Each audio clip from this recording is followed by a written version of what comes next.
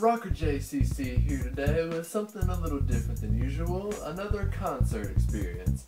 And if you're new to the channel, it's basically a concert review, but with some personal details that I like to throw in. If you want to see more examples of concert experiences, check out my Beale Street Music Festival review from earlier this year, as well as my Blue Oyster Cult concert experience from way back.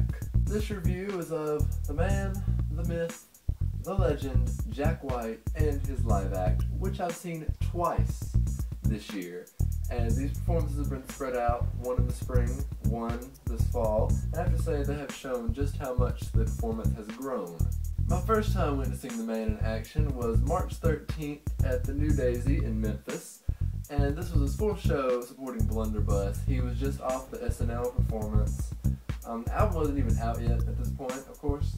This gave Jack the opportunity to test the new Blunderbuss material out and to fine-tune his band into the loose style that he is known for.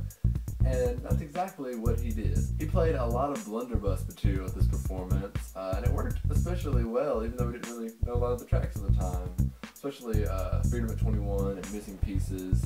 Those were the best out of the Blunderbuss material in my opinion.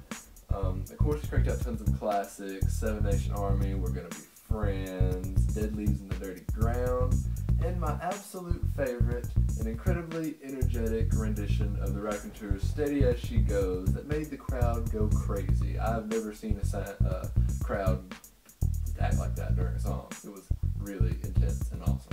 During all this, you could see Jack working with his band, which was the Buzzards, both times I saw him, by the way. They're working on cues and segues to move the show along the way in which he wanted. And I'd have to say this was the performance that I preferred. I was just feet from the stage. The smaller venue made you just feel really connected with the performance. And the sound and the set list just blew my mind. It was quite possibly the favorite concert I've ever been to, I'd have to say. The second performance I saw him on October 10th in Jackson, Tennessee, did its best to come close. And first off, can I just say that Jackson is the most random place for a big rock star to come perform? I mean, I'm really glad he came, and the place was packed, and I really do hope it leads to more artists coming to Jackson, being as it's 30 minutes away from my house.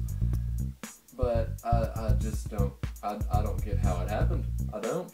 Now this time I decided not to fight the crowd. I just went up to the balcony to get a nice bird's eye view of the performance, and it's not that bad. I mean, a lot of people are against that, but at least you focus on everything that's going on and fully take in everything that's happening in the performance.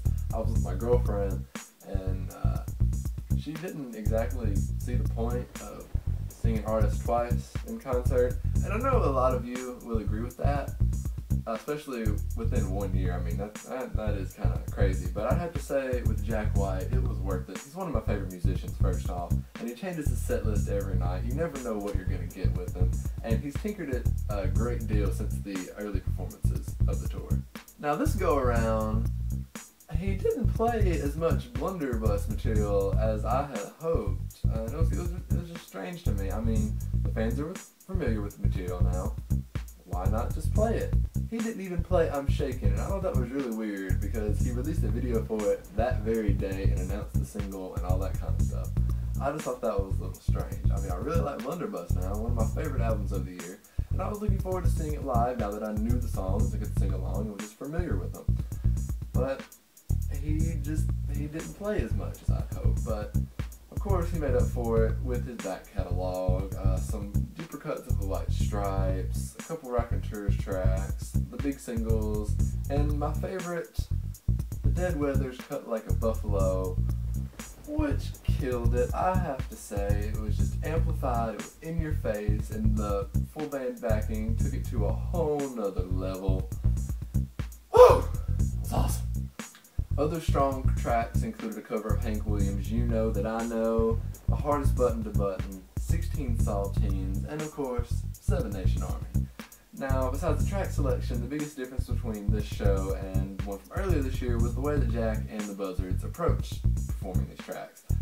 Almost all of them had extended solos, breakdowns, they were just littered with jam sessions during and in between all the tracks. While they sounded great, I am the kind of concert goer who tends to get a little bored of jamming done too frequently. But as I said, it sounded great.